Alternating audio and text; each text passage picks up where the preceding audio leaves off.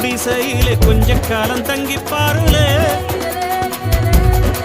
கூரையின் ஓட்டை வீரி செல்வடி நட்சத்திரம் எண்டி பாருளே கூவும் செல்போனின் நச்சரிப்பை அணைத்து கொஞ்சம் செல்வண்ணின் உச்சரிப்பை கேப்போ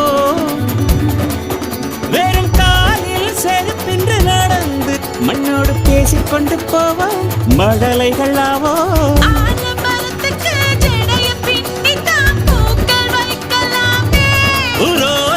ஐயனாரிடம் கத்தி வாங்கித்தான் பென்சில் சீவலாமே